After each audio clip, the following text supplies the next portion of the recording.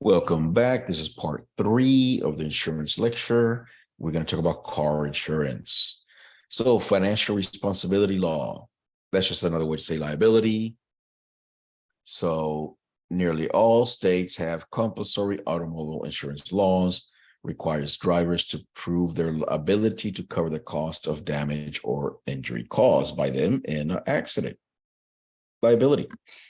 You have to be covered that if something happens, the person that getting the victim, to put it with the damages, it's pretty much guaranteed they'll get some kind of compensation. And that's the whole point of insurance. Automobile insurance coverage falls in two categories: bodily injury coverage and property. Just what it sounds like. You damage their car, there's insurance that covers the actual property being damaged. Or if your car drives into somebody's house, same thing, it's property. But then if the victim also is injured physically, then there's a bodily injury coverage.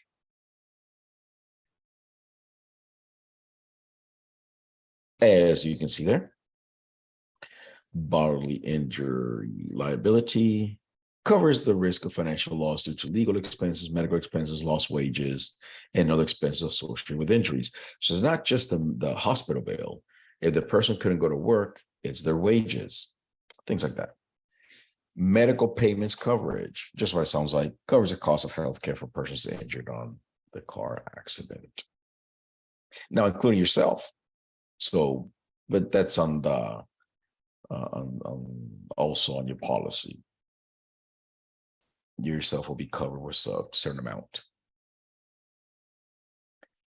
Uninsured motorist. Okay, so depending where you live, you may or may not have a lot of people driving cars without insurance. Well, let's say they hit you, you don't hit them, right? So it's their fault, but they don't have insurance. So then your insurance comes in, and if the policy has an uninsured motorist protection, then you're still covered. No fault insurance system is intended to provide fast, smooth methods of paying for damages without taking the legal action frequently necessary to determine fault. Drivers collect from their own insurance companies. It just depends on the situation, the case, where it's kind of complicated, who is responsible for what part or whose fault was, etc., XYZ. And then so if the insurance company chooses not to take legal action and both insurance companies agrees, then you have a situation like that, where each insurance company just covers their own client. Property damage liability, just what it sounds like, is about property. It covers damage to other person's car when you're at fault. It also includes damage to such things as street signs and buildings. Now, this is exactly buildings, as I was trying to get to. The first line is about car on car, but if you're driving and you lose control and you drive to somebody's home or a business or anything, there's damage to that property, that's also covered. Collision, when your car is in an accident, collision coverage pays for damage to your car, regardless of who's at fault. So this is not within liability. This is, you're adding collision protection, that even if it's your fault, your car will be repaired through the insurance company. So what happens if in a car accident, it says that regardless of fault, but if there is the other person's fault, your insurance company is going to try to collect from them first. What they're saying is that, let's say they can't collect from them for whatever reason, not just uninsured, but they can't collect from them, or it was your fault, the collision will cover you. But there's an order they're going to follow how that's going to get covered. But the point is that you will be covered ultimately no matter what, as in the repairs on your car. If you are not at fault, your insurance will try and collect from the other driver's property damage liability first, but if not, then they'll do it. And they will try by all means necessary to collect money from the other side. They don't want to pay. Coverage is limited to the actual cash value of your vehicle. Now, unlike the homeowner situation where it was replacement value, for the suitable thing. They pretty much just assess the vehicle, what would have been the value of the car there in its cash value.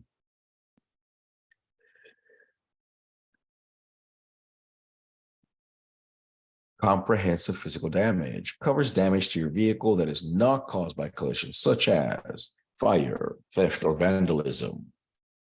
So these are treated separately. Glass breakage, wind, hail, flood, tornado, etc., falling objects or hidden animal. Some things in your car, like some radios and steers equipment, are not covered. That is just case by case basis, and depends on the policy and what change they made to the car, etc. But notice, none of these have to do with a car hitting you or you hit another car. These are just all these other things that can happen. So, what things affect the premium? Well, clearly, the year, make, model, and theft rate are the first things that are going to start driving the price up. So, a newer car, well, that's the year piece, will be more expensive. So, it's going to be higher to insure it. Make and model. So, obviously, a Bentley costs more to insure than a Toyota. And then within those car brands and makes, the models. Let's say Chevrolet. Chevrolet has the Corvette. A Corvette is definitely a more expensive model. And then theft rate. How attractive is that car to be robbed? That's just the way it works. And they do it by zip code and stuff like that. So there's premiums very targeted. Rating territory. Different costs due to number of claims made in the geographic area where you live. So yeah, in an area where there's a lot more car accidents for whatever reasons, you're going to have to pay more insurance. Or if the theft rate is higher in your area. So there's a theft rate of the car itself, the type of car, if it's attractive to robbers, but then there's also theft rate in where you live. So it gets combined.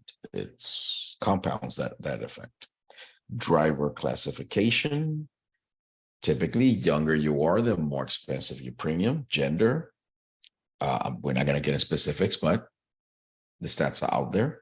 So your gender will dictate also your premium. Marital status.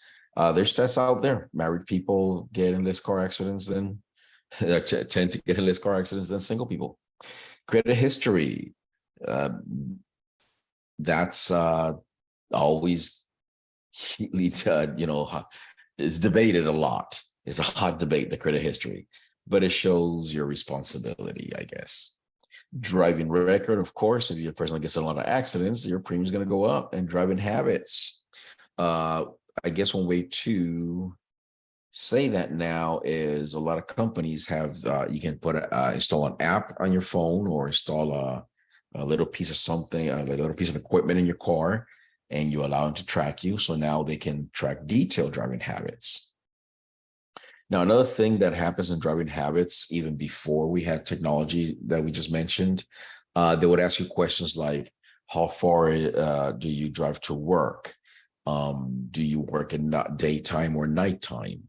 Where is it going to be parked when it's not at work? And they check the address of your workplace too. So those would be examples also of driving habits, not necessarily do I speed a lot, do I drink and drive, but how often, the more the cars on the road, for example, that'll be when we look at it, the higher the risk of a collision happening versus just being parked in your garage. Assigned risk pool for people who are unable to obtain insurance. There are special cases of people that are just super high risk for whatever reason, and they got to get, they put them in a special high risk pool, and it's very expensive to get insurance that way. But if you must drive, then you must pay. But if you fall in the high risk pool, there's a reason why you're there. There's something you did. They're not going to say all of a sudden you're high risk. You're going to have some kind of bad history. Drinking and driving history will be an example. A DUI. Reducing automobile insurance premiums, things you can do. Comparing companies, of course. A lot of competition out there for car insurance. You got the premium discounts. Establish and maintain a safe driving record. That takes time. Avoid accidents and traffic violations. Well, avoid you causing accidents and don't speed and things of that nature. Install security devices such as a car alarm, self-explanatory. Increase deductibles, but then when something happens, if you go to $500 to $1,000 deductible, yes, it will bring your premium down, but now you need to have $1,000 as a deductible if you end up making a claim. Non-smoker, insure 2 or more vehicles with the same company. Sure, volume discount always applies. Back to comparing companies, rates may be compared online at that website. There's many more, but as I mentioned before, the cheapest insurance does not necessarily mean that you want it, because those companies may be very difficult to get them to pay if you have a claim. And that's just how it works. Okay, that's it. See you on the next video.